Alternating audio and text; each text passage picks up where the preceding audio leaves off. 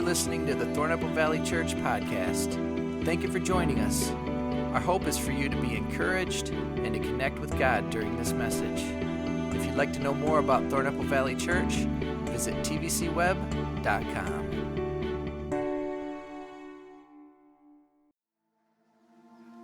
So Alex and I have been together for almost 10 years now. Got married while we were in Marshall. Bought a house there. We were there for a few years. Moved back to Delton about 6 years ago. We had Reese, our daughter, in 2020. Growing up, I wasn't really involved in a church regularly. My grandparents would take my brother and I occasionally. So we'd been wanting to go back to church for quite a while, and Reese and I just decided to go. Really enjoyed the messages we were receiving. They really made us feel good, but we weren't really, involved or practicing what we were listening to. We started trying for our second baby when Reese turned 2. We had tried for quite a while. A few months after we started trying, I got diagnosed with Hashimoto's and hypothyroidism, and they told me it could be harder for us to conceive. But I didn't really think anything of it. I was kind of just like, okay. After a year and it hadn't happened, I was like, okay, maybe we need to get some help. So I went to my midwife and got some blood work done, and then just a couple weeks later, we found out we were pregnant. Hey, in a moment, we're going to hear a little bit more from Alex and Libby. But at this time, I want to take a moment and welcome in our campuses in Delton, in Middleville, and online. Can we give it up here at the Aces campus? Welcome in. If you've been around here in Michigan, you know that this Christmas is a lot different from last Christmas.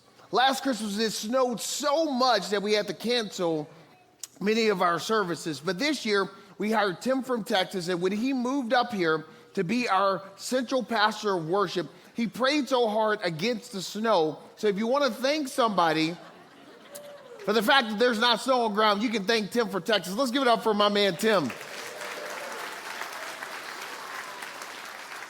But all joking aside, during the month of December, we have been talking about the concept of hope. That hope really is the essence of the Christmas story. It's the fact that God was bringing hope to a world that was starving for hope. If you think about it, in a lot of ways, when you think about the gospel, the good news, the Christmas story, it has less to do with what we have to do to get close to God. It has more to do with what God did to get close to us.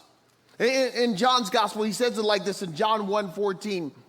The Word became flesh and made his dwelling among us. In the Message paraphrase, it says, God became flesh and he moved into the neighborhood. See, if you're far from God today, you need to know God wants to move into your neighborhood.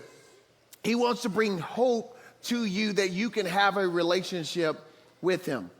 But not only did Jesus bring hope to those who are far from God, he brought hope to those who needed a healing. In their bodies, in their minds, in their mental health, in their marriages, Jesus brought hope. But here's the other thing that we've been learning is that hope is a process. No one goes overnight from hopeless to hope-filled. It's a process. Hope has a beginning moment.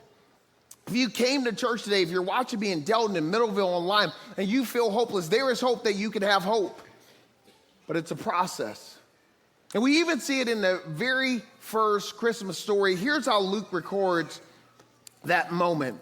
In Luke chapter 1, verse 30, it says this, the angel said to her, do not be afraid, Mary, for you have found favor with God. I want you to imagine this moment. Mary is just going about her life. She has plans and dreams like most of us. To get married, to have kids, to raise a family, and she's engaged to this guy named Joseph. And then she is pregnant with the Messiah. I imagine when the angel says, do not be afraid, Mary has a reason to be afraid, but the very reason she's afraid is probably the same reason she's excited. She's excited is because she's about to give birth to something the world has never seen, the Messiah. The one who will bring healing, hope, salvation, transformation. But yet at the same time, the very reason she's excited is why she's afraid. Because what if it doesn't work out? What if God made a mistake? What if I can't really raise God himself? What if I fail? She has this excitement and this fear at the same time. Here's what I've noticed to be true, is that fear tends to follow the favor of God in your life. If God ever puts his favor on you to birth something, to do something that the world has never seen before, there's a fear. What if it doesn't work? There's nothing to benchmark what this thing is that I feel like is in my heart for God to do. She has the hope of the world in her, but she is afraid. See, as a parent, I know what it feels like to feel the pressure of parenting. And we've got 4 kids, basically from 17 down to 9, and we're not raising the Son of God. At times we feel like we're raising demons. Some of you parents know what I'm talking about. Now, I know you don't want to say amen because your kids are sitting there with you, but just blink 3 times real hard, and I know what you're talking about. Here with you in this. But she has this promise that she is going to be the one that Isaiah spoke about 700 years before Jesus would come in Isaiah chapter 7, verse 14. She is the virgin who will conceive and give birth to a son who will be called Emmanuel, God with us. The angel continues like this in verse 31. You will conceive and give birth to a son, and you are to call him Jesus, which is, Jesus is the Greek translation of the Hebrew name, which means God saves. He will be the son, he will be great, and he will be called the Son of the Most High, and the Lord your God will give him the throne of his father David. Wow. What a moment when hope comes to the earth. That Jesus is in her womb. But you know, I was thinking about that recently, is that God could have sent Jesus any way he wanted to. He could have sent Jesus like Superman in a spaceship. You guys remember Superman? Here's a picture of Superman when he came to earth. God could have sent Jesus that way. His very first word could have been Lazarus, come forth. He could have walked on the water, did miracles from birth, but instead he went through a process. And the process that Jesus went through demonstrates the hope process. And here's the very first step on the hope process, is hope has to be born. Hope is born.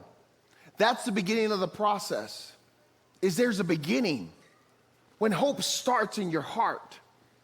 You know, I imagine somebody came to church today and you feel like you're in a hopeless situation, but recently you got a glimmer of hope. Just a glimmer of hope. There's a relationship that's rocky, it's so tense, and it's just so bad. But recently you got a text that went something like this: Merry Christmas, and I'd love to get together with you after the holidays. It's not the resolution to the relationship, but it's a glimmer of hope. Hope has to be born. And the beginning of the hope matters. I think this is why the prophet Zechariah would say this about 500 years before Jesus would come. In Zechariah chapter 4, verse 10, he says this: who dares despise the day of small things? In another translation, it says, do not despise the day of small beginnings. Because here's news, here's something that you already know, is everything that became big started small. Everything has a beginning. And there's just a beginning. I just wonder if some of you are just beginning a relationship with God. You haven't been to church in 6 months, 6 years, and there was something inside you that said, we need to go to TVC. Haven't been there in a long time. I heard that Jeff has gotten darker and better looking. I'm just going to go to check it out. It's just a beginning, but here's how I want to say it to you, is that I think what Zechariah is saying is that small beginnings often lead to huge finishes. Just a small beginning. Just a small step of I'm sorry could lead to a huge relational breakthrough. A small yes could lead to an opportunity of a lifetime. But here's the second thing that I see in the process of hope, that we see it in the life of Jesus, because the Christmas story is not that just Jesus was born. If he was born, he would not have fulfilled the purpose for which he came. The second step on the journey of hope is, I see it right there in Luke chapter 2. If we were just walking through Luke, if you turned over one page, you'd read this in Luke chapter 2, verse 52. We talked about this verse last week. It says that Jesus grew in wisdom and stature, in favor with God and man. Jesus grew. So here's the second thing that I want you to know in the hope process is that hope grows. Hope grows. It's born, but it's got to grow. It's got to be nurtured. And that's why it's very possible that there are some people, and you're strong in hope, and some of you are just beginning in hope. Because hope grows. And let me tell you when hope grows the most is in the darkest moments of your life. What you do to nurture your hope in that moment will determine how much it grows. You know, at the beginning of this message, we showed you the story of Libby and Alex, who said, you know, we didn't really grow up going to church, but we start to go to church and we start to find some hope in a little bit. But then they walked through a crisis, a devastating crisis. And it was in the moment of crisis that they start to feed their hope. Here's what I want you to know about hope, is that all of us have a choice between what we will feed and what we won't feed. See, all of us have moments and issues and things that bring discouragement, insecurity, anxiety. And if we feed insecurity, anxiety, and discouragement, that will grow in our life. But if we learn to feed our hope, that will grow. Here's the thought for you, is whatever you feed the most will grow. Whatever you feed the most will grow. I want to show you what Libby and Alex did to feed their hope in the midst of a crisis of hope. Watch the second part of their story. We were super excited, and then we ended up having a miscarriage. It's hard when, you know, you want it and wish for it for so long, and then it finally happens, and then just to be taken away. And, you know, I feel like that's when the questions of like, well, why would God let this happen? You know, did we do something wrong? Is this not meant for us? That point was when we really started leaning into our faith, and I have never felt the Holy Spirit the way I did during that time. It was an eye-opener for me, and I just felt an overwhelming sense of peace about all of it. I remember looking at Alex and saying, like, we're gonna be okay. Everything happens for a reason, and as bad as it hurt at the time, so many positive things have since come from that. Reese and I were headed into town, and we got rear-ended from a lady going like 55 miles an hour. Everybody ended up being okay other than some bruises.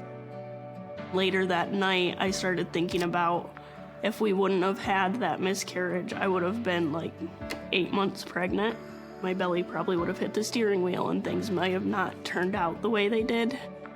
And just thinking about how hard it was to lose that early pregnancy, and then thinking it happened that way because it would have been a lot harder if we would have been almost full term. I got baptized a few weeks after that miscarriage. It wasn't planned, I just felt like it was time. It was like a turning point of like, okay, life can be so much easier now that I know that God is there and that He's with us through all of these things. In September of this year, we found out we were pregnant again. And now I am 18 weeks tomorrow, so we're almost halfway there. I know that as hard as it might be, it's all gonna be okay because God is there. Hey, can we thank Alice and Libby for sharing their story with us?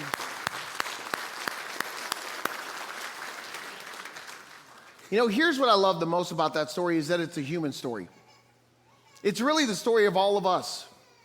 Here's what I wish I could tell you is that if you are a person of faith, you will never have setbacks, disappointments, or why God moments. But that's just not true. Alex and Libby are going on this journey and things are going well and they're feeling excitement and they believe. And then it feels like that hope is taken away. Here's what I know, and I wish it was not true, that some of you came to church today and hope has been stolen from you. You wanted to sing the songs that we were singing earlier, and you wanted to be positive, but you just feel such sadness in your heart. And you're asking yourself, how could a loving God allow this to happen? How could he allow my hope, my dream, what I was expecting to be ripped away from me? But here's the last thing I want you to understand about hope, is that hope has the ability to transform. Hope can transform. It can transform a discouraged heart, a discouraged life. Hope can transform. You know, as you start to wrap up the story of Jesus, the life of Jesus, in Luke chapter 9, some of Jesus' disciples experience a moment that they write about. Here's what we read in Luke chapter 9, starting at verse 28. It says, about 8 days after Jesus said this, and we'll come back to what he said in a moment, he took Peter, John, and James with them and went up onto a mountain to pray. As he was praying, the appearance of his face was changed, and his clothes became as bright as a flash of lightning. Now, what is the after this that Jesus said? Well, if you read the verses prior to this, Jesus is about towards the end of his ministry. He's about 9 months away from the cross. He's in the northern region of Israel. And he asked his disciples a question: who do men say that I, the Son of Man, am? And so they start saying what they've heard.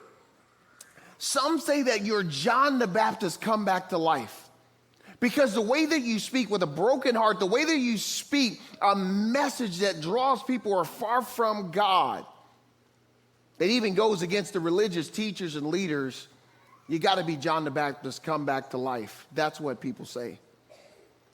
Others say you're Elijah the prophet, because the kind of miracles you do, we haven't seen those kind of miracles since Elijah the prophet. But then Jesus says, but who do you say that I am? And they all get silent. But Peter speaks up and he says, you are the Son of the living God. And what Jesus is going to do, 8 days later, he's going to take them up on this mountain. And they think they go up to a mountain to have a prayer meeting, because Jesus often went to pray on mountains. And while Jesus is praying, all of a sudden his face starts to shine like the sun. His clothes become white, as white that they've never seen before. And then if you read the verses following, Moses, the Old Testament lawgiver, shows up. Elijah the prophet shows up. And Peter, James, and John are shocked. And what happens on this mountain, where Jesus' physical appearance is changed, this mountain has gotten a nickname. It's called the Mountain of Transfiguration. And the reason it's called the Mountain of Transfiguration is because Jesus' face, his whole body literally is changed before them. They get a glimpse of who Jesus really is. And when they see Jesus in his glorified state, they also see Moses and Elijah. Now, why does Moses and Elijah show up? Well, Moses represents the law, all the commandments. He wrote the law. You have Elijah, who represents the prophets. He's the most famous of the prophets. So you got the whole Old Testament represented, and the light is not shining on the Old Testament, but on Jesus, who's the fulfillment of it all. And I imagine for Peter, James, and John, they're saying, guys, you got to, I'm telling you, Jesus he's beyond just a guy. He is the Messiah. You know, we don't know where that mountain is, but throughout history, people have identified that mountain as Mount Tabor. Here's a picture of the mountain in Israel today that scholars believe is the mountain where Jesus was transfigured before Peter, James, and John. But even though that happened on that mountain, I think the most important thing happened 9 months later on a different mountain called Calvary. Jesus is going to take a wooden beam up that mountain, and there he's going to be changed again physically, but not for the better, for the worse. For 6 hours he will suffer, and he will eventually die on that cross. And on the cross, Jesus was physically changed so that you and I could be spiritually changed. You know, if Mount Tabor is called the Mount of Transfiguration, I think the mountain Calvary can be termed as the mountain of transformation. Because Jesus has changed so that we could experience change. So here's how I want to bring this to a close, is just by saying the greatest gift you could receive this Christmas is not the gift on a tree like this or under a tree like this, but the greatest gift you could receive this Christmas is the gift that God gave you on a tree that looked like that. Amen. Where Jesus went to the cross for you. And also when I look at the cross, it's in the shape of a T. I think it's indicative of the fact that the cross speaks for transformation. That Jesus wants us all to experience that. That is his gift to us. So as I close, I'm going to do something, and we're going to do something that churches all over the world are doing on this day, is we're going to light our candles, and we're going to sing the song, Silent Night. And as we light our candles, I'm going to actually call the ushers forward now. I'm going to light their candles, and then they're going to pass it on. The lighting of the candles is symbolic of the power of hope. That just one light can bring light to the darkness. So come on up here, ushers. I'm going to light your candle. And then, like always, you guys are going to pass it on to others. And then we're going to sing this song, Silent Night, together. Thank you for listening to the Thornapple Valley Church podcast. If you found this message encouraging, we invite you to share it. For more information, visit tvcweb.com.